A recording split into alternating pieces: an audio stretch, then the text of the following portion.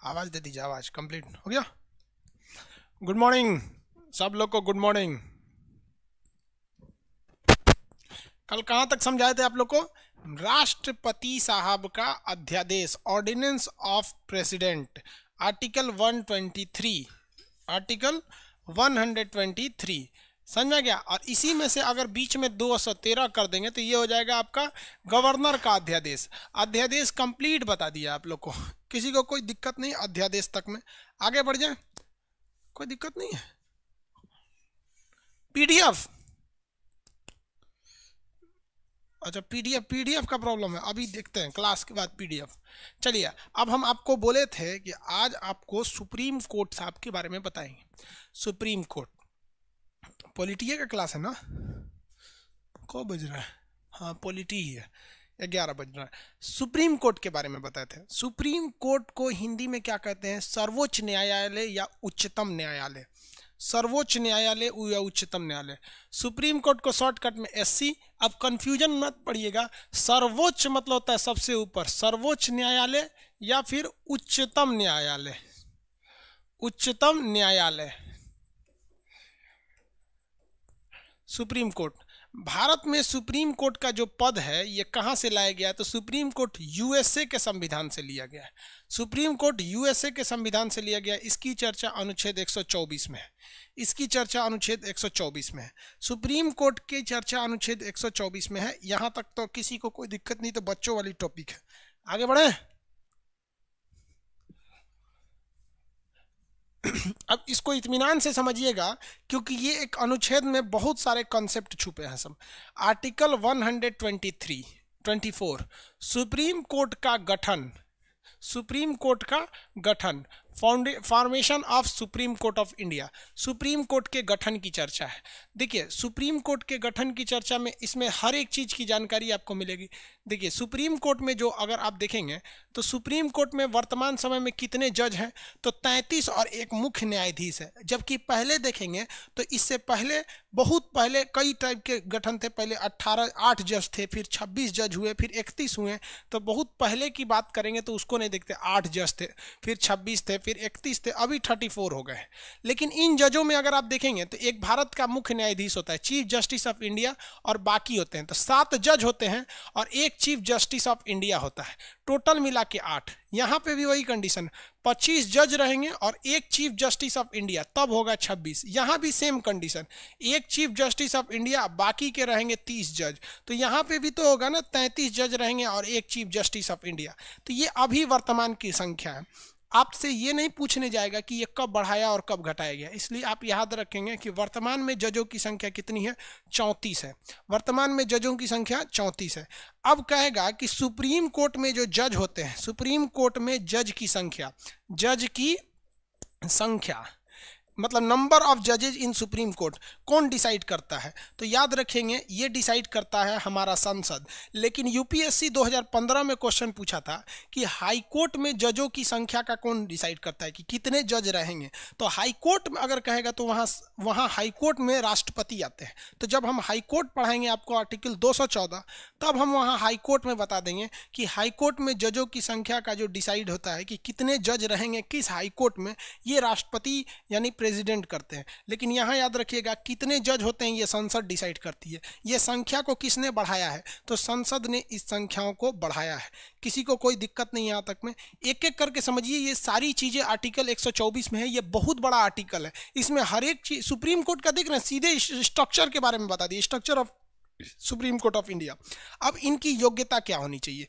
इनके अंदर कोई ना कोई तो एलिजिबिलिटी होनी चाहिए, योग्यता। तो योग्यता में इनकी 2 चीजें हैं, याद रखिएगा। इनकी योग्यता है कि किसी भी हाई कोर्ट में आप 10 साल तक वकील रहिए। किसी भी हाई कोर्ट में कितने साल तक? 10 साल तक वकील रहिए। या फिर किसी भी हाई कोर्ट में आप 5 साल तक जज रहिए। 5 साल तक जज रहिए। और उसके अलावा ये किस योग्यता किसके आधार पर बताया जा रहा है? तो ये बताया जा रहा है हाई कोर्ट में। क्योंकि हाई कोर्ट के बाद ही तो आपका प्रमोशन सुप्रीम कोर्ट में होगा। तो आप तो इतने तो बेवकूफ़ नहीं होंगे कि आप इस पे कंफ्यूज कर जाए कि 10 साल डिस्ट्रिक्ट कोर्ट में, अभी डिस्ट्रिक्ट कोर्ट से तो उठा के सीधे उनको सुप्रीम कोर्ट फेंकने वाला नहीं है। तो इसमें तो ये इतना तो दिमाग है ना, यहाँ हम हाई कोर्ट लिखने से तो अच्छा इसको मिटा दे, वरना आपकी बेइज्जती होगी कि इतने आप लोग बेवकूफ़ हैं। तीसरी योग्यता है कि ये राष्ट्रपति साहब के नज़र में, किसके नज़र में? राष्ट्रपति के नज़र में जानकार होना चाहिए, कानून का अच्छा जानकार होना चाहिए। ये जानबूझ के ये शब्द जोड़ा गया, अगर ये नहीं जोड़ा गया रहता तो बहुत भारी बवाल होता है। क्योंकि हाई कोर्ट में कोई भी जज वकील बन जाता है, 10 साल वकील बनने का क्या जरूरत? क्या 75 ठो हाई कोर्ट में वकील फेंकाए हैं सब दुनिया भर का, मतलब उनको कोई पूछता तक नहीं। तो 10 साल वकील है तो कह देगा कि भाई खान सर पढ़ाए थे कि आर्टिकल 124 में कि 10 साल वकील है तो चले जाइए। इनमें से अब देखिए, या तो वो 10 साल वकील रहे या तो वो 5 साल जज रहे, लेकिन सबसे जरूरी है कि राष्ट्रपति उसे एक अच्छा कानूनी जानकार मानता हो। सारा झमेला यही खत्म हो जाएगा। कोई 40 साल से वकील है, कहेगा हमको सुप्रीम कोर्ट में जज बना दीजिए, तो राष्ट्रपति कहेंगे भाग तो हमारे हिसाब से तुम वकील अच्छे नहीं हो, नहीं बनाएंगे। ऐसे एक सुमिता मित्तल करके थी, 1 साल हो गया हिमाचल प्रदेश में, उनको राष्ट्रपति, वो वकील थी, उन्हें राष्ट्रपति ने सुप्रीम कोर्ट का जज बना दिया। तो आप आराम से जज बनाए जा सकते हैं, क्योंकि दोनों की पढ़ाई एक ही होती है। जज और वकील दोनों की पढ़ाई क्या होती है? एक ही होती है, और इनकी पढ़ाई कभी ख़त्म ही नहीं होती है, हमेशा नए नए केस आते रहते हैं। इसलिए ये लोग कहते हैं कि हम अभी प्रैक्टिस कर रहे हैं। हम क्या कर रहे हैं? प्रैक्टिस कर रहे हैं। तो ये हो गया इनके जजों की लिए योग्यता हो गई। अब इनमें योग्यता के बाद इनका कार्यकाल कितना रहता है? कार्यकाल तो ये कार्यकाल के हिसाब से देखेंगे तो इनके 2 चीज़ें होते हैं। जिस दिन इनकी नियुक्ति हुई उस दिन से ये 6 साल तक रहते हैं, नहीं, लेकिन 65 साल से ज़्यादा उम्र के नहीं रह सकते हैं। जैसे मान लिया कि कोई जज साहब हैं जो 55 साल के उम्र में ही, मतलब 50 साल के एज में वो क्या बन गए? सुप्रीम कोर्ट में जज नियुक्त कर दिए गए। तो क्या वो 65 साल तक रहेंगे? नहीं। फिर उनका कार्यकाल कितने रहता है? 6 साल या 65 साल के लिए। ये 6 साल की ऊपरी सीमा हट गई है। अब कितना रहता है भाई? देखिए, मैक्सिमम वो कितनी एज तक रह सकते हैं? तो 65 साल की एज तक वो रह सकते हैं। आगे देखते हैं, ये इनका कार्यकाल हो गया। लेकिन अब हम ये समझते हैं कि इनकी नियुक्ति कौन करता है? इनकी नियुक्ति कौन करता है? यानी हाई कोर्ट, हर राज्य में, भारत में 25 हाई कोर्ट है, तो उसमें कौन जज अच्छा है या कौन वकील अच्छा है, उसको उठा के दिल्ली के सुप्रीम कोर्ट में कौन लाता है? तो इनकी नियुक्ति बात कर लेते हैं। नियुक्ति तो इनकी नियुक्ति जो करते हैं राष्ट्रपति साहब करते हैं, राष्ट्रपति। लेकिन इन राष्ट्रपति को 2 लोग सलाह देते हैं। कौन कौन सलाह देता है? तो CJI। कौन सलाह देगा? CJI, chief justice of India, plus उस हाई कोर्ट का जज, हाई कोर्ट का चीफ जस्टिस। जैसे मान लिया, अभी नहीं समझ में आया, नियुक्ति कौन करेंगे? राष्ट्रपति। लेकिन राष्ट्रपति साहब को सलाह कौन देगा? तो राष्ट्रपति साहब को सलाह देते हैं जो भारत के मुख्य न्यायाधीश है, जैसे शरद अरविंद बोबड़े, SA बोबड़े। लेकिन वो SA बोबड़े साहब वो किससे डिस्कस करते हैं? तो वो हाई कोर्ट के चीफ जस्टिस से डिस्कस करते हैं। तो इसमें 2 लोगों की सलाह ली जाती है। राष्ट्रपति एक चीफ जस्टिस ऑफ इंडिया से सलाह लेते हैं, दूसरा वो chief justice of high court से भी सलाह लेते हैं, हाई कोर्ट के जस्टिस से भी सलाह लेते हैं। हर हाई कोर्ट का भी एक सीनियर होता है जो उस हाई कोर्ट का चीफ जस्टिस होता है, तो उसे आप चीफ जस्टिस ऑफ इंडिया तो नहीं कहेंगे, chief justice of high court कहेंगे, CJH, chief justice of high court. तो अब ऐसे बोबड़े साहब जो हैं वो सुप्रीम कोर्ट में बैठे हैं, उनको क्या पता कि इलाहाबाद हाई कोर्ट में कौन अच्छा है, भोपाल हाई कोर्ट में कौन अच्छा है, जयपुर में कौन अच्छा है, तो उनको नहीं ना पता है। तो वो क्या करते हैं, चीफ जस्टिस ऑफ इंडिया, वो हर एक राज्यों से, हर राज्य में तो है नहीं, 25 राज्य में 25 ही आपका टोटल हाई कोर्ट है, तो उन सब से कहेंगे कि तुम्हारे यहाँ कौन कौन सीनियर है, उसका लिस्ट दे दो तो हम छांटेंगे, और उस लिस्ट में से छांट के वो बता देते हैं राष्ट्रपति को कि 3 आदमी को नियुक्त कर लीजिए। तो नियुक्ति करते हैं राष्ट्रपति, लेकिन सलाह किससे लिया जाता है? सलाह किससे लेते हैं? तो सलाह लेते हैं वो चीफ जस्टिस ऑफ इंडिया और उस हाई कोर्ट के मुख्य न्यायाधीश से। तो यहाँ राष्ट्रपति कितने लोगों से सलाह लेते हैं? 2 लोगों से सलाह लेते हैं, तब वो बनाते हैं भारत के मुख्य न्यायाधीश, सुप्रीम कोर्ट में जज। अब इस सुप्रीम कोर्ट में जज जब बनेंगे तो ये 2 कैटेगरी में जाएंगे। सुप्रीम कोर्ट के जज कितने कैटेगरी में जाएंगे? यहाँ नियुक्ति तो हो गया, नियुक्ति हो गया। अब देखिए इनको शपथ कौन दिलाता है? राष्ट्रपति साहब दिलाते हैं चीफ जस्टिस को। देखिए अब इसमें जज बनेंगे तो 33 ही तो जज हैं और एक क्या है? मुख्य न्यायाधीश है। टोटल मिलाकर 34 है, टोटल मिलाकर 34 है। तो देखिए ध्यान से, हाई कोर्ट से प्रमोशन देके इन 33 को बुलाया गया, नियुक्त किया गया, और राष्ट्रपति ने इसमें किससे सलाह किया? ये चीफ जस्टिस ऑफ इंडिया से और उस हाई कोर्ट के जज से, उस हाई कोर्ट के जज से।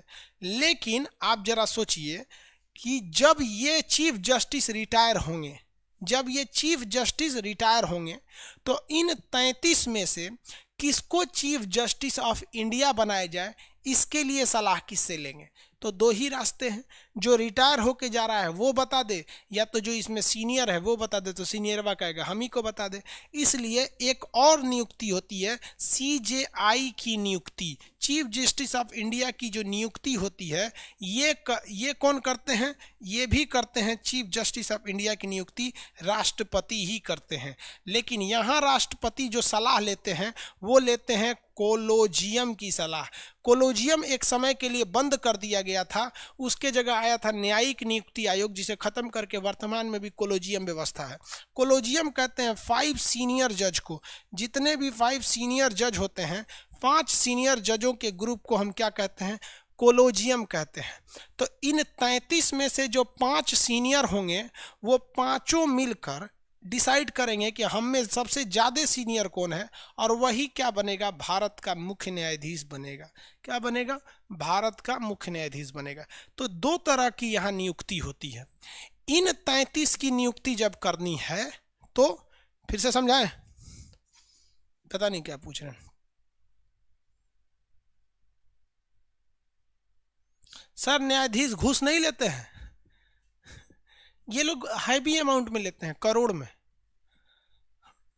न्यायाधीश घूस नहीं लेते हैं। आपको लगता है घूस नहीं लेते हैं? नहीं, बहुत कम। हाई कोर्ट और सुप्रीम कोर्ट में पैसा नहीं चलता है, क्योंकि ये बहुत पहुंच वाले लोग होते हैं। इन लोग के पास इतनी ज़्यादा ऐसे इनकम ऑफ सोर्स रहते हैं कि ये लोग छोट मोट के लिए पैसा नहीं लेते हैं। जज आज भी अगर सबसे कम कहीं घूस चलता है ना तो कोर्ट में चलता है। इसलिए आप देखे होंगे कि बड़े बड़े गुंडे लोग को कोर्ट नहीं संभाला। सलमान खान बकस दिया कोर्ट, क्या उसके पास पैसा नहीं है? संजय दत्त छोड़ दिया उनको, पेरोल पर छोड़ा है। पेरोल मतलब समझते हैं कि आप बहुत खतरनाक काम नहीं किए हैं, आपका बैकग्राउंड देख के आपको छोड़ते हैं, छोड़ दिया। आसाराम बापू 11,000 करोड़ का मालिक, टाटा बिरला से ज़्यादा, राम रहीम से ज़्यादा पैसा, सोने लटका के घूमता था, छोड़ दिया क्या उन लोग को? नहीं ना छोड़ा, नहीं छोड़ता है कोर्ट वगैरह। जब तक सरकार पीछे नहीं पड़ेगी ना, तो आम आदमी का कोर्ट नहीं सुनता है। हाँ, गवर्नमेंट थोड़ा पीछे पड़ जाती है तो थोड़ा बहुत सुलझा लेती है कोर्ट वगैरह। आगे देखिए, देखिए यहाँ दोबारा समझाते हैं। ये नियुक्ति में सब गड़बड़ा गया है सब। 33 गो बैठेगा सब जज, 33 गो बैठेगा सब जज। एगो बैठेगा चीफ जस्टिस ऑफ इंडिया, एक तो रहता है chief justice of India. Total मिलाकर 34। कहने का सेंस है कि इन जजों की भी नियुक्ति करते हैं राष्ट्रपति, और इनमें सीनियर को ही CJI बनाते हैं राष्ट्रपति। इसके नीचे अलग अलग हाई कोर्ट है। टोटल हाई कोर्ट की संख्या भारत में 25 है, हर राज्य में लगभग है, पूरे राज्य में नहीं यहाँ पर। तो देखिए इनमें योग्यता क्या होनी चाहिए इस जजों की, यानी इन सब की योग्यता एक ही है कि 5 साल 10 साल वकील रहा हो या भी 5 साल जज रहा हो। तो इसमें से कौन सा जज आएगा, कौन सा जज आएगा? सारे हाई कोर्ट में से तो लाया नहीं जाएगा, जो सीनियर है 23 तरह के उसी को लाया जाएगा, किसने ज़्यादा फैसले सुनाए हैं उसको लाया जाएगा। तो जब इन 33 जजों की नियुक्ति करनी है तो राष्ट्रपति 2 लोगों से सलाह लेता है। एक वर्तमान CJI से सलाह लेता है और इन सारे हाई कोर्ट के मुख्य न्यायाधीश से सलाह लेता है। इन सारे हाई कोर्ट के मुख्य न्यायाधीश से सलाह लेता है। तो एक कमेटी बैठती है जो इन्हें डिसाइड करती है कि हाँ, इसमें से 2 आदमी को भेज दीजिए, 2 आदमी को इसमें से भेज दीजिए, 1 आदमी को इसमें से भेज दीजिए, इसमें से मत भेजिए। तो वो हो जाते हैं सुप्रीम कोर्ट में जज। तो ये सारे लोग पहुंच गए सुप्रीम कोर्ट में जज, तो सुप्रीम कोर्ट में बन गए जज। अब इसमें ये CJI रिटायर हो गए, जैसे इससे पहले रंजन गोगोई रिटायर हुए। तो अगला सीजीआई इसमें से कौन बनेगा ये डिसाइड कौन करता है? तो सुप्रीम कोर्ट में इन 33 जजों में से जो 5 सीनियर जज है, जिन्हें हम क्या कहते हैं, कोलोजियम कहते हैं, वो बताते हैं कि इनमें से ज़्यादा सीनियर कौन है। सीनियरिटी यहाँ पर देखा जाता है कि एक्सपीरियंस किसने ज़्यादा फैसले सुनाए हैं, इस सब टाइप से। तो आप बताएंगे अनुच्छेद 124 में किसकी चर्चा है? सुप्रीम कोर्ट के गठन की चर्चा है। सुप्रीम कोर्ट में जजों की संख्या को बढ़ाने और घटाने दोनों का अधिकार संसद को है। पहले 8 जज थे, फिर 26 हुए, फिर 31 हुए, अभी वर्तमान में 33 जज हैं। जज बनने की योग्यता किसी भी हाई कोर्ट में आप 10 साल वकील या 5 साल जज रहे हो और राष्ट्रपति की नज़र में कानून के अच्छे जानकार रहे हो तो आपको नियुक्त किया जा सकता है। आपको शपथ दिलाते हैं राष्ट्रपति और आप 65 साल की आयु तक अपने पद पर रह सकते हैं। आगे देखिए, जब जजों की नियुक्ति होती है तो वर्तमान मुख्य न्यायाधीश और हाईकोर्ट के मुख्य न्यायाधीश से सलाह करके जज को नियुक्त किया जाता है। लेकिन इन जजों में जब मुख्य न्यायाधीश की नियुक्ति होती है तो वहां लाया जाता है कोलोजियम व्यवस्था। कौन सी व्यवस्था? कोलोजियम व्यवस्था को लाया जाता है। किसी को कोई दिक्कत नहीं है? आगे बढ़ जाए। इन्हें शपथ कौन दिलाते हैं? राष्ट्रपति। शपथ कौन दिलाता है? राष्ट्रपति शपथ दिलाते हैं। यह त्यागपत्र किसको ले जाके दे देते हैं? राष्ट्रपति को त्यागपत्र ले जाके दे देते हैं। किसी को कोई दिक्कत नहीं है यहां तक में? आगे बढ़ जाए।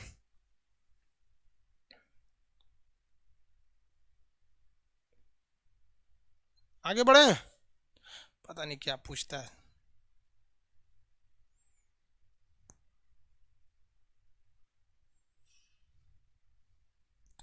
किसी को दिक्कत? एक क्वेश्चन बताइए तो, क्या विदेशी नागरिक सुप्रीम कोर्ट का जज हो सकता है? क्या विदेशी नागरिक सुप्रीम कोर्ट का जज हो सकता है?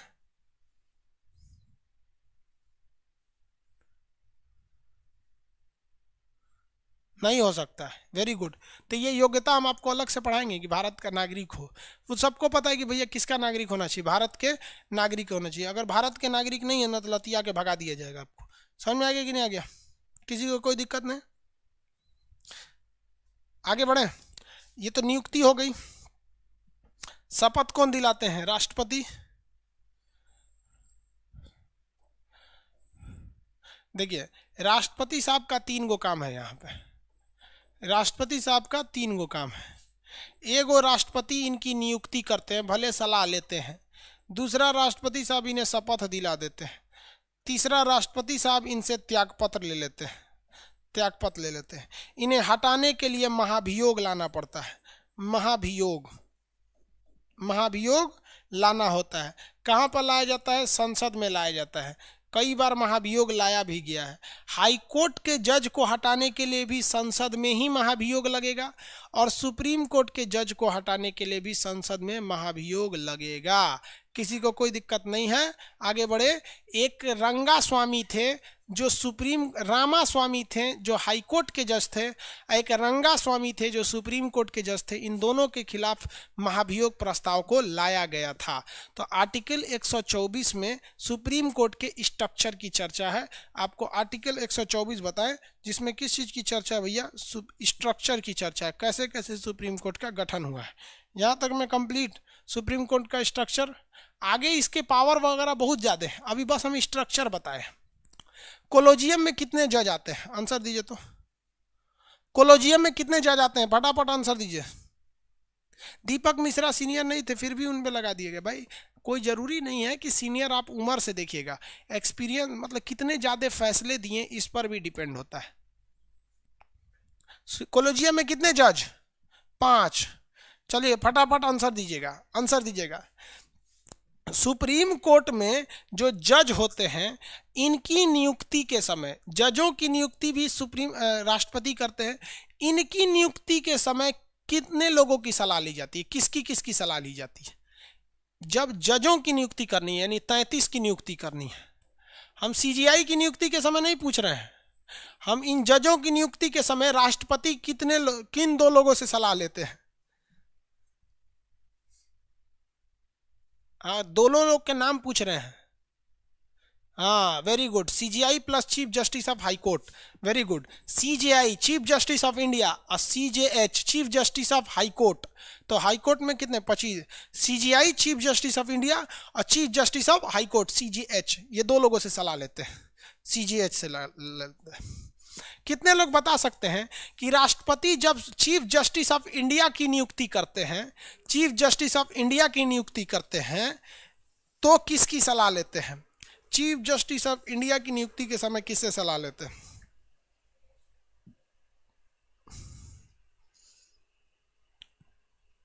Colosseum, very good. इसकी नियुक्ति के समय कोलोजियम की सलाह लेते हैं। किसकी सलाह लेते हैं? कोलोजियम की सलाह लेते हैं। अब एक बात बताइए, सुप्रीम कोर्ट में जो जज होते हैं उनकी सैलरी आप बढ़ा घटा नहीं सकते हैं तब तक जब तक कि देश के ऊपर फाइनेंशियल इमरजेंसी न लगा हो। फाइनेंशियल इमरजेंसी आज तक लगा ही नहीं है। तो मनमौजी अगर कोई नेता, कोई प्रधानमंत्री या राष्ट्रपति चाहेंगे सैलरी काट लेना तो काट लेंगे? नहीं काट सकते हैं। अब बताइए, कोई राष्ट्रपति चाहेंगे हम उनको नियुक्त कर दे तो कर सकते हैं? नहीं भैया, जब तक कोलोजियम नहीं बोलेगा तब तक आप कुछ नहीं कह सकते हैं। तो सुप्रीम कोर्ट टोटली फ्री है कि कैसे कैसे उस पर सरकार हस्तक्षेप ही नहीं कर सकती है। ना उसकी सैलरी काट सकती है, ना सैलरी कम कर सकती है, ना सैलरी रोक सकती है, ना ट्रांसफर कर सकती है, क्योंकि किस हाई कोर्ट में किसका ट्रांसफर होगा ये कोलोजियम करता है। ना प्रमोशन दे सकती हैं, कोलोजियम करता है। ना नियुक्ति कर सकते हैं, केवल सिफारिश करेगा वहां पर। तो सरकार का हस्तक्षेप नहीं रहता है सुप्रीम कोर्ट या हाई कोर्ट में, इसलिए सुप्रीम कोर्ट अभी भी बचा हुआ है, हाई कोर्ट अभी भी बचा हुआ है। इसी को करने के लिए न्यायिक नियुक्ति आयोग लाया गया था। न्यायिक नियुक्ति आयोग में कहा गया था कि 2 ठो मंत्री रहेंगे, एक प्रधानमंत्री रहेंगे, एक ठो कानून मंत्री रहेंगे। तो 2 गो मंत्री रहेंगे, ये 2 ठो मंत्री रहेंगे, 2 जज रहेंगे, 2 जज रहेंगे, 2 सामाजिक कार्यकर्ता रहेंगे और 1 राष्ट्रपति साहब रहेंगे। कौन रहेंगे? राष्ट्रपति। तो ये 7 लोग मिलकर डिसाइड करेंगे कि कौन जज बनेगा। और अगर किन्हीं 2 लोगों ने कह दिया कि नहीं वो फलानिया आदमी बहुत अच्छा है लेकिन उसको जज मत बनाइए, तो नहीं बनाया जाएगा। शाला सरकार हाई कोर्ट में हस्तक्षेप करना पड़ता था। ये 2 गो मंत्रिया कोनो ईमानदार जज को कहेंगे सब मत बनाइए। तो ये नियम पारित हो गया था संसद से। सुप्रीम कोर्ट ने कहा कि हमारे हाथ में, हमारे गिरेबान में हाथ डालेगा। सुप्रीम कोर्ट ने न्यायिक नियुक्ति आयोग को खारिज कर दिया, कहा कि यह कानून गलत है, न्यायपालिका पर दबाव बनाने के लिए लाया गया है। जजों की नियुक्ति कोलोजियम के सलाह पर ही की जाएगी, नहीं तो नहीं की जाएगी। सरकार का मुंह झुझुआ गया कि ससुरा हम तो इसको लगाम लगाना चाहते थे। समझ में आ गया? न्यायिक नियुक्ति आयोग गलत था। न्यायिक नियुक्ति आयोग से राजनेताओं की पहुंच किस पे हो जाती? न्यायपालिका पर। जैसे किसी डीएम एसपी का ट्रांसफर सरकार के हाथ में रहता है, प्रमोशन सरकार के हाथ में रहता है, सस्पेंड करना सरकार के हाथ में रहता है। लेकिन जज का, एक मामूली जज जो सुप्रीम कोर्ट का नहीं डिस्ट्रिक्ट कोर्ट का भी है, तो सरकार ना उसका सैलरी रोक सकती है, ना ट्रांसफर कर सकती है, ना प्रमोशन दे सकती है, ना सस्पेंड कर सकती है, कुछ नहीं कर सकती है। और जज अगर लिख दिया कि प्रधानमंत्री नरेंद्र मोदी को जेल में डालिए, डिस्ट्रिक्ट कोर्ट का जज अगर लिख दिया जेल में डालिए, तो मोदी जी को भाग के तुरंत हाई कोर्ट जाना पड़ेगा। महाराज वो डिस्ट्रिक्ट कोर्ट वाला हमारा जज डाल दिया, रोकवा दीजिए, स्टे दे दीजिए, रोक दीजिए। और अगर हाई कोर्ट के जज नहीं बैठल है तो पुलिस उठा के टांग के डाल देगी। इतना पावर होता है जज का। इसलिए हर एक चीज सुप्रीम कोर्ट का अलग है। सुप्रीम कोर्ट की वैकेंसी एसएससी के थ्रू नहीं निकलती है, सुप्रीम कोर्ट अपनी वैकेंसी निकालती है, उनका सैलरी खुद डिसाइड करती है। कोलोजियम वाले उनको सैलरी देते हैं, उनका एक डिपार्टमेंट होता है। हाई कोर्ट, डिस्ट्रिक्ट कोर्ट सबका अलग से होती है। सरकार इसमें हस्तक्षेप नहीं करती है, इसलिए सरकार का इसमें प्रभाव बहुत ही कम देखने को मिलता है। लेकिन फिर भी पैसा तो हर जगह चलता है। समझ में आया?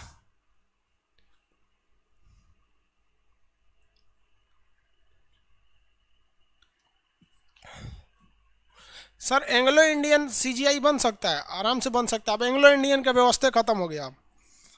अब एंग्लो इंडियन का कोई व्यवस्था नहीं रह गया भारत में। संशोधन पढ़ाएंगे तो बताएंगे। सुप्रीम कोर्ट के स्ट्रक्चर से किसी को कोई प्रॉब्लम नहीं। अब सुप्रीम कोर्ट के पावर को समझते हैं। किसी को सुप्रीम कोर्ट के स्ट्रक्चर से कोई प्रॉब्लम नहीं है। अगर कोई कहता है कि नियुक्ति कौन करते हैं, तो राष्ट्रपति करते हैं। तब ओकरा से पूछिएगा कोना के नियुक्ति पूछ रहा है तुम? जजवन का। तो जजवन का नियुक्ति के समय सीजीआई से पूछते हैं और chief justice of high court से पूछते हैं।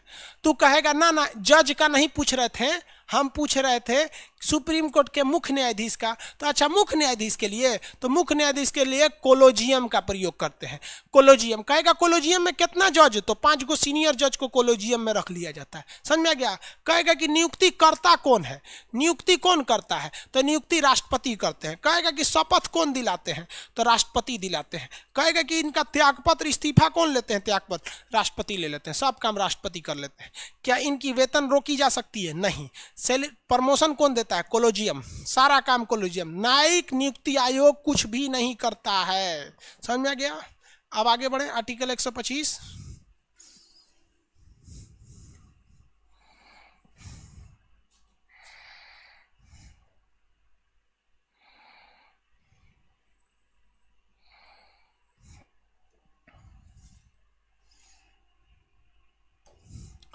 आर्टिकल 125, 24 हो गया। अर्नब गोस्वामी पागल, जेल चला गया। अर्नब गोस्वामी जेल चला गया। देखो भाई साहब, एक बात बताते हैं, नेताओं से जो मीडिया वाला पंगा लेगा वो जेल चला जाएगा। आपको 2 एग्जाम्पल देते हैं। बीजेपी, कांग्रेस। देखो भाई, आपको बताते हैं, निधि राजदान एक पत्रकार थी, टीवी चैनल था एनडीटीवी, एनडीटीवी।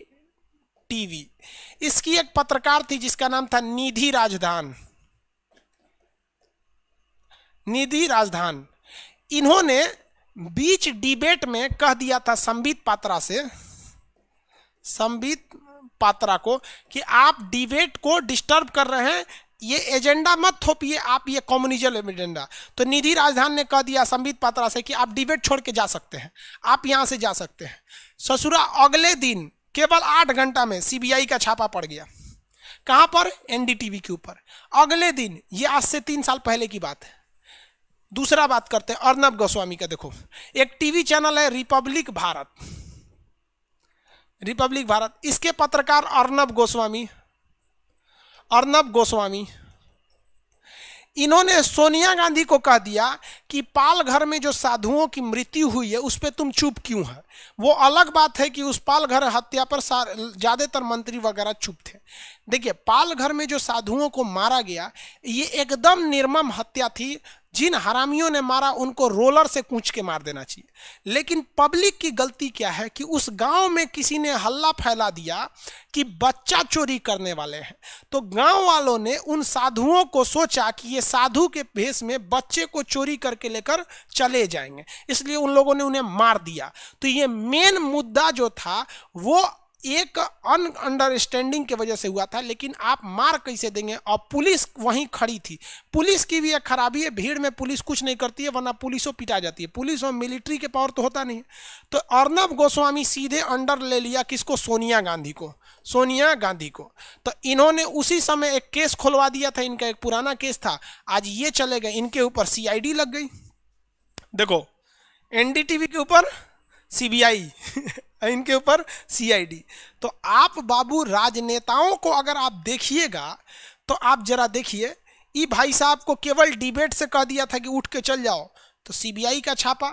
जबकि एनडीटीवी और आईसीआईसीआई बैंक का जो लेन देन था वो क्लियर हो गया था, वो केस क्लोज हो गया था, लेकिन सीबीआई खुलवा दी।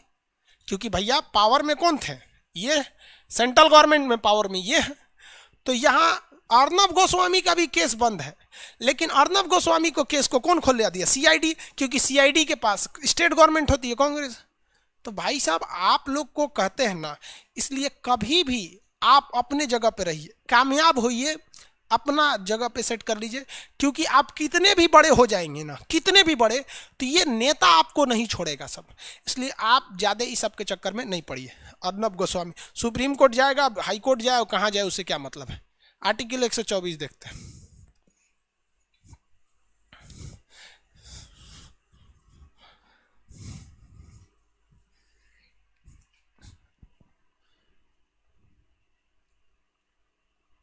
सर, क्या रवीश कुमार भी जेल जाएंगे एनडीटीवी से? कोई क्राइम करेगा तो सरकार उठवा लेगी बाबू। अरे बाबू सरकार हमरा चाहिए तो उठवा लेगी, सरकार से पंगा नहीं लेना चाहिए, वो भी जेल चल जा सकते हैं, कोई भी जा सकता है, इसलिए गवर्नमेंट के पास नहीं, क्योंकि पुलिस गवर्नमेंट के अंडर में होती है, उठा के भेज देगा। आप हाई कोर्ट जाइए, सुप्रीम कोर्ट जाइए, वहां से जमानत मिलेगी, अलग बात है। यहाँ पे आगे देखिए, इस सब के चक्कर में मत पड़ बाबू। 125 आर्टिकल 125, इसमें क्या बोला गया है? इसमें कहा गया है कि जजों का जो वेतन होता है, सैलरी, जज का वेतन, जज का वेतन, जजों का वेतन है, यह वेतन किस में दिया जाता है? संचित निधि से, कंटीजेंसी फंड, संचित निधि, ये आगे पढ़ाना है। संचित निधि, जिन्हें संचित निधि से वेतन दिया जाता है ना, उनकी सैलरी को संसद में कम नहीं किया जा सकता है। यानी जज की जो सैलरी हो गई, अब वो घटा नहीं सकते हैं, ना ही उसे रोक सकते हैं।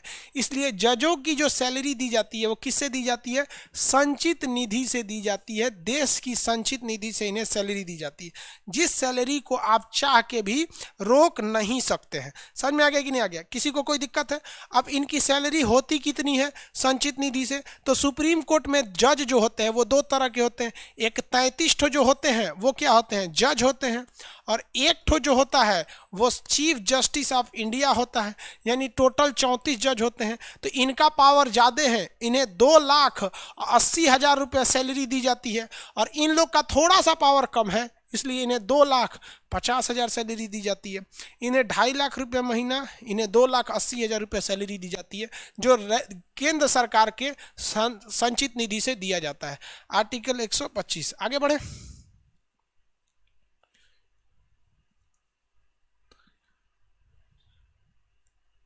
सर जज को वेतन भत्ता क्या मिलता है? बकललवा कहीं, फ्री में गाड़ी मिलती है, फ्री में सिक्योरिटी गार्ड मिलते हैं सर, फ्री में रहने का घर मिलता है, उस घर में खाना पीना का खर्चा सरकार उठा देती है, फ्री में मेस मिलता है, A to Z चीज़ मिलता है। भैया देखो वेतन क्या क्या मिलते हैं, घर,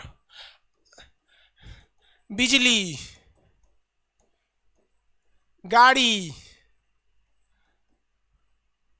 कार, या जो भी गाड़ी नहीं लिखा है, कार, पेट्रोल, लाइट कट गया तो जनरेटर, जनरेटर, गार्ड, मेस, खाना खा सकते हैं मेस में, स्कूल फीस, ओका घर से कुछ नहीं लगता है उसका। सुप्रीम कुछ करेगा उसका कुछ नहीं लगेगा, कुछ भी कर देगा उसका कुछ नहीं लगेगा। समझ में आ रहा है कि नहीं आ रहा है? किसी को कोई दिक्कत? कुछ भी कर दिया उसका नहीं, टोटल पैसा बच जाता है। तो ये तो एक नॉर्मल सा अनुच्छेद है यार, इसमें कॉन्सेप्ट क्या बताएंगे हम? हाँ, कुछ खास कॉन्सेप्ट वाला तो चीज नहीं था। अब इसके बाद आर्टिकल किस पे चलते? 126 पर। आर्टिकल 126 पर 126, 27, 28 ये इंपॉर्टेंट है। इसमें कार्यकारी मुख्य न्यायाधीश की चर्चा है। कार्यकारी मुख्य न्यायाधीश का मतलब होता है अस्थायी मुख्य न्यायाधीश। देखिए 126, आर्टिकल 126, देखो बाबू 124 बताए सुप्रीम कोर्ट के स्ट्रक्चर की चर्चा थी, सुप्रीम कोर्ट का गठन था। बिना वेतन कोनो काम होता है? तो यहां पर क्या था? वेतन था। अब 125, 126 देखते हैं। कार्यकारी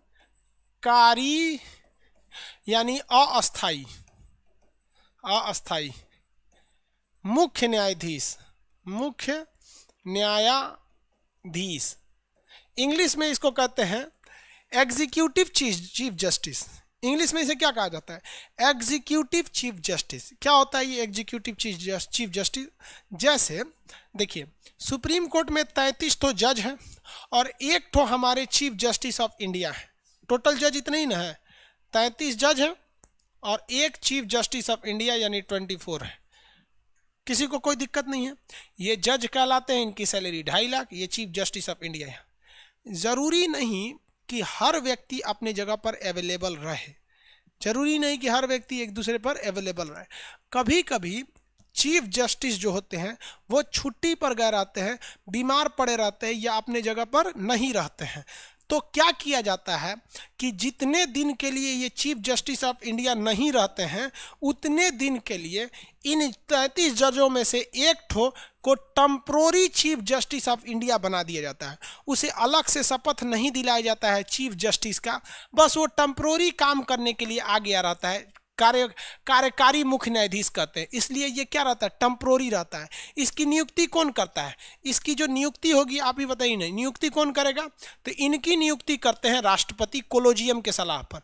इनकी नियुक्ति कौन करते हैं, राष्ट्रपति कोलोजियम के सलाह पर। इसमें से कोई सीनियर होगा वो चला जाएगा। जैसे चीफ जस्टिस ऑफ इंडिया की मान लीजिए बेटा या बेटी की शादी है, कोई फंक्शन है, वो चले जाएंगे शादी ब्याह में 10 दिन की छुट्टी लेकर।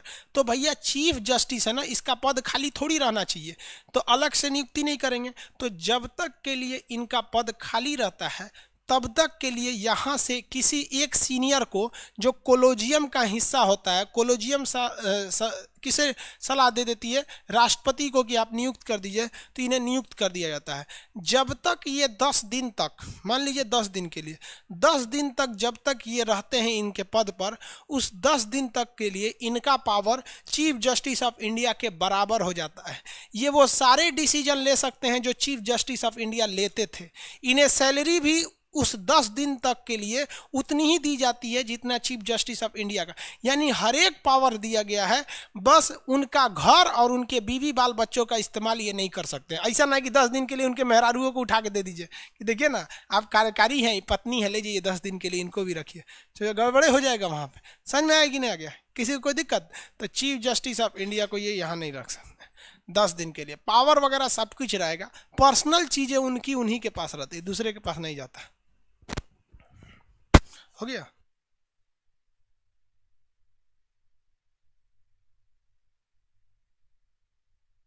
हो गया, किसी को कोई दिक्कत नहीं है। इसी को कहा जाता है कार्यकारी न्यायाधीश। अरे बीवी बाल बच्चा को काय लिए लेके जाएगा, गड़बड़े कर देगा तब तो।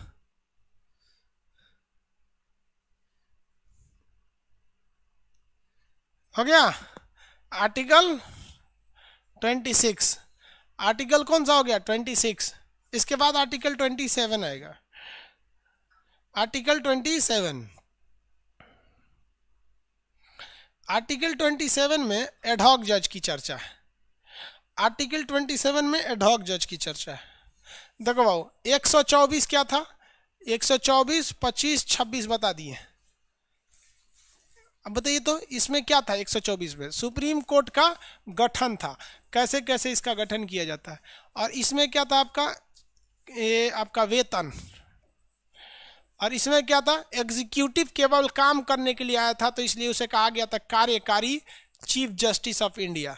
अब इसमें आता है आपका 127, बहुत ज़्यादा ज़रूरी है। इसमें कहा गया है तदर्थ न्यायाधीश। तदर्थ न्यायाधीश इसको कहते हैं इंग्लिश में एडहॉक जज। एडहॉक जज, एडहॉक जज क्या होता है, ये जरा कॉम्प्लिकेटेड चीज़ है, इसको समझिएगा वरना इसमें फंस जाता है लड़का।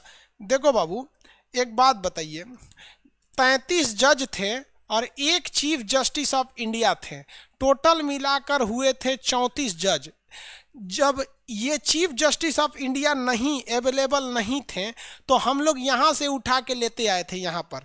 यानी जब चीफ जस्टिस ऑफ इंडिया नहीं है तो हम कहाँ से उठा के लाए हैं, इन 33 में से एक ठो को उठा के लाए हैं। ऐसा भी तो हो सकता है कि जो ये 33 जज हैं इन्हीं की संख्या घट जाए, इसमें से 10 जज कोरोना पॉजिटिव होकर बीमार हो जाए, या फिर मान के चलिए कि इनका तबीयत खराब हो जाए या इनके यहाँ कोई शादी ब्याह फंक्शन हो जाए, ये जजों की संख्या ही घट जाए जबकि चीफ जस्टिस ऑफ इंडिया रहे ही। इस स्थिति में क्या कीजिएगा, तो इस स्थिति में जज कहाँ से लाएंगे, तो इस स्थिति में जज लाया जाता है अलग अलग हाई कोर्ट के जज से, अलग अलग हाई कोर्ट से लाया जाता है। भारत में तो 25 गो हाई कोर्ट है कि नहीं है, तो इस स्थिति में हम कहाँ से जज लाएंगे, हाई कोर्ट से लाएंगे। लेकिन ये जरूरी है कि ये हम जान लें कि यहाँ से जो जज लाया जाएगा वो किसके सलाह पर लाया जाएगा। तो कहीं पे भी जज को नियुक्त करना है तो नियुक्त तो भैया राष्ट्रपति ही करेंगे, चाहे वो परमानेंट जज हो या परमानेंट आपके सीजीआई हो या कार्यकारी सीजीआई हो, नियुक्त तो राष्ट्रपति ही करेंगे। बात आती है सलाह लेने की, तो एडहॉक जज कहा जाता है कि जिस हाई कोर्ट में जजों की कमी नहीं है उस हाई कोर्ट से जज को टेम्पोररी रूप के लिए सुप्रीम कोर्ट को भेज देने वाला जज एडहॉक जज कहलाता है। तो मान लीजिए कि इलाहाबाद जज, ये सुप्रीम कोर्ट के जो एस.ए. बोबड़े हैं, एस ए बोबड़े साहब कहें कि एक काम कीजिए ना, इलाहाबाद हाई कोर्ट से उठा लीजिए, तो भैया यूपी की जनसंख्या 23 करोड़ है, जहां जनसंख्या ज़्यादा होती है वहीं क्राइम ज़्यादा होता है। तो ये कहेंगे कि भाई सुप्रीम कोर्ट कहेंगे इनको क्या पता सीजीआई को कि उस हाई कोर्ट में जज ज़्यादा हैं या कम है। तो यहाँ पर जो सलाह लिया जाता है वो राष्ट्रपति नियुक्त करते हैं। इन्हें नियुक्त कौन करेगा? नियुक्त राष्ट्रपति। अब ये बार बार थोड़ी बताएंगे भाई सबको, तो नियुक्त राष्ट्रपति ही करते हैं, नियुक्त करेंगे राष्ट्रपति। लेकिन जो सलाह लेंगे वो किससे लेंगे? Chief justice of India. लेकिन चीफ जस्टिस ऑफ इंडिया कह देंगे कि इलाहाबाद हाईकोर्ट से जज उठा लाइए, पता चला इलाहाबाद हाईकोर्ट के 25 गो जज पहले से छुट्टी पे गए हैं सब, तो यहाँ का जो चीफ जस्टिस है वो जाने देगा, कहेगा हमरा कमुआ कौन करेगा, दादा करेंगे आपके। तो ये जरूरी है कि जिस हाईकोर्ट से आप एडहॉक जज यानी टेम्प्रोरी जज को उठा के ला रहे हैं उस हाईकोर्ट से भी आपको परमिशन लेना। तो उस हाईकोर्ट के जज से चीफ जस्टिस ऑफ हाईकोर्ट, तो आपको chief justice of high court से भी परमिशन लेना पड़ेगा। किससे लेना पड़ेगा? Chief justice of high court से भी परमिशन लेना पड़ेगा। तो मान लीजिए कि ये इलाहाबाद हाई कोर्ट ने कहा कि हमारे पास बवाल अपने ज़्यादा, हम नहीं दे सकते हैं। पटना हाई कोर्ट का हम नहीं दे सकते हैं। जबलपुर ने कहा हम नहीं दे सकते हैं। जयपुर का हाई कोर्ट ने कहा कि हमारे पास से लेते जाइए जज है कोई। तो ये जो जज गया है इसी को कहते हैं एडहॉक जज, टेम्पोररी जज। किसी को कोई दिक्कत नहीं है। एडहॉक जज ये जितने दिन तक यहाँ सुप्रीम कोर्ट में रहेगा इसका पावर सुप्रीम कोर्ट के जज के एकदम बराबर रहेगा। सैलरी सुप्रीम कोर्ट के जज के बराबर रहेगी। जितने भी अलावेंस या वेतन भत्ते दिए जाते हैं वो सुप्रीम कोर्ट के जज के बराबर दिए जाएंगे। बीबी बाल बच्चों पे अधिकार नहीं होगा लेकिन उसके कुर्सी वगैरह सब चीज़ पर अधिकार रहेगा। लेकिन ये परमानेंट जज नहीं कहलाएगा, उसके नाम के आगे लिखा रहेगा सुप्रीम कोर्ट के जज और ब्रैकेट में लिखा रहेगा एडहॉक। एडहॉक का मतलब होता है टेम्परोरी, किसी काम के लिए जब बुला लिया तो एडहॉक। टीचर भी होते हैं एडहॉक टीचर, यूनिवर्सिटी वगैरह में टीचर का पोस्ट खाली रहता है ना, तो एडहॉक पे रख लेते हैं सब कि काम करिए उसके बाद चल जाइएगा, सेशन खत्म हो जाएगा चल जाइएगा, एडहॉक पे रख लिया जाता है। जैसे मान लीजिए ना किसी का सेशन चल रहा है बीएससी का, अब बीच में कोई मास्टर फिजिक्स के रिटायर हो गए, पॉलिटी के प्रोफेसर रिटायर हो गए, तो उनके जगह पे एडहॉक रख लिया जाता है, किसी को कोई दिक्कत नहीं है। तो एडहॉक जज समझ में आ गया आपको। एडहॉक जज की भी किसी भी जज की नियुक्ति जो करते हैं वो राष्ट्रपति ही करते हैं। लेकिन यहाँ सलाह जरूरी है। एडहॉक जज की नियुक्ति के समय भी सलाह किससे ली जाती है? चीफ जस्टिस ऑफ इंडिया और chief justice of high court से सलाह ले लिया जाता है। एडहॉक जज, एडहॉक का मतलब क्या होता है? इस काम को करने के लिए या इस काम हेतु, यह काम हेतु मतलब इसी काम के लिए बुलाया गया है, परमानेंटली नहीं बुलाया गया है। तो ये आपसे क्वेश्चन पूछता है एडहॉक का अर्थ क्या होता है, तो ऑप्शन सी पे लिखा रहता है इस कार्य के लिए यानी इस टेम्पोररी काम के लिए। किसी को कोई दिक्कत नहीं है, सिंपल तो है यार समझना। अगर सीजीआई नहीं है तो यहीं में से उठा लाइए, उसे कहेंगे कार्यकारी न्यायाधीश, और अगर जज नहीं है तो हाईकोर्ट से उठा लाइए, उसे कहेंगे एडहॉक जज, तदर्थ न्यायालय। किसी को कोई दिक्कत है? अरे कोई दिक्कत नहीं है यार, यहां तक में कोई दिक्कत है तो बोलो, बोलिए बोलिए, आगे बढ़े। कोई दिक्कत है तो बोलिए, नहीं तो आगे बढ़ जाते हैं, नो प्रॉब्लम।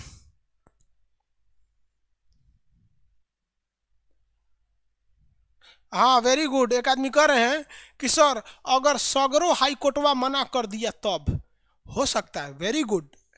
अगर सब हाई कोर्ट मना कर दिया तब कह दिया कि हम देवे ना करेंगे, हमारे पास खाली नहीं है, और पॉसिबिलिटी भी है कि खाली नहीं रह सकते ना, जज खाली कहाँ रहते हैं? जज खाली रहते तो क्रिमिनल इतना घूम रहे होते।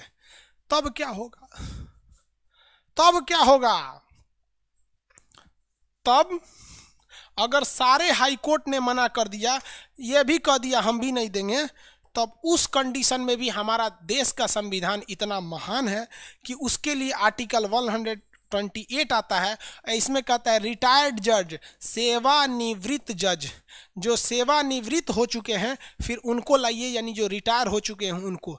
लेकिन ध्यान दीजिएगा, लेकिन पहले कोशिश कीजिएगा, तदर्थ न्यायाधीश आ गया इसलिए पहले एडहॉक जज की चर्चा है, क्योंकि एडहॉक जब जाएगा वो ज़्यादा ईमानदार होगा, क्योंकि उसे अभी नौकरी करनी बाकी है। वो इंसानियत रखेगा और जी जगन लगा के कोशिश करेगा कि हम एडहॉक जज से इतना अच्छा काम करें कि परमानेंटली सुप्रीम कोर्ट में जज बन जाए। लेकिन अगर एडहॉक जज के जगह पर आप रिटायर्ड जज को लाएंगे तो ऐसा साइकोलॉजिकल इफेक्ट होता है, कि उसके दिल से डर खत्म हो गया, साला हम तो रिटायर होइए गए हैं, एक काम कर जितना घूस मिलता है ले ले, यहाँ पे काम कर ले। इसलिए कहा गया है कि पहले आप ट्राई कीजिएगा कि एडहॉक जज को ही लाया जाए। जब एडहॉक जज नहीं मिले, जब एडहॉक जज नहीं मिले तब आप लाइएगा रिटायर्ड जज, अदरवाइज में रिटायर्ड जज को नहीं लाइएगा। कितना होशियार था सब कोर्ट को बनाने वाला, संविधान बनाने वाला। ये उस वक्त के राजनेता थे जिन्होंने कोर्ट को बनाया था, संविधान को इतनी गहराई से लिखा था।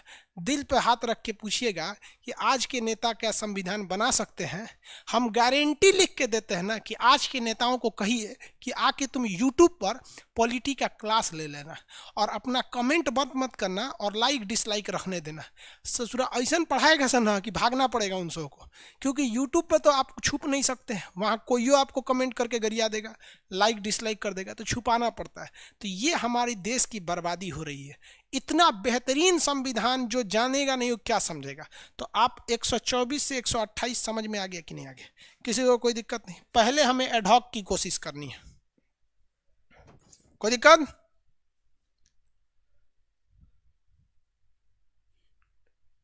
सीजीआई इनकम टैक्स देते हैं बाबू, केवल और केवल राष्ट्रपति एक ऐसा पद है जो इनकम टैक्स नहीं देते हैं। बाकी दुनिया का हर एक आदमी इनकम टैक्स देता है, केवल राष्ट्रपति को छोड़ देंगे। आर्मी पे भी लगेगा, समझ में आ गया ना? गया बस उनके सामान को वो मतलब ना थोड़ा कैंटीन से दिया जाता है, तो उनके बदले में टैक्स कैंटीन भरती है, उनको भी छूट है नहीं, कैंटीन उनके बदले में भरती है।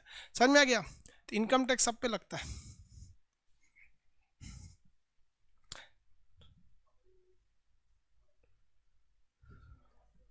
चलिए अब आगे कल करेंगे, आज के लिए तो नहीं, क्योंकि आगे आप बताएंगे ना तो आर्टिकल 129 जो है ना वो आपको अभिलेख न्यायालय है। तो अब ये अभिलेख न्यायालय एक अलग ही टॉपिक हो जाती है, वो जजों से हट जाती है वहाँ पर, तो वो समझेंगे। सुप्रीम पॉलिटी बहुत इजी है। चलिए आगे का क्लास कल देखेंगे, आज के लिए इतना ही। शुभ रात्रि, गुड नाइट।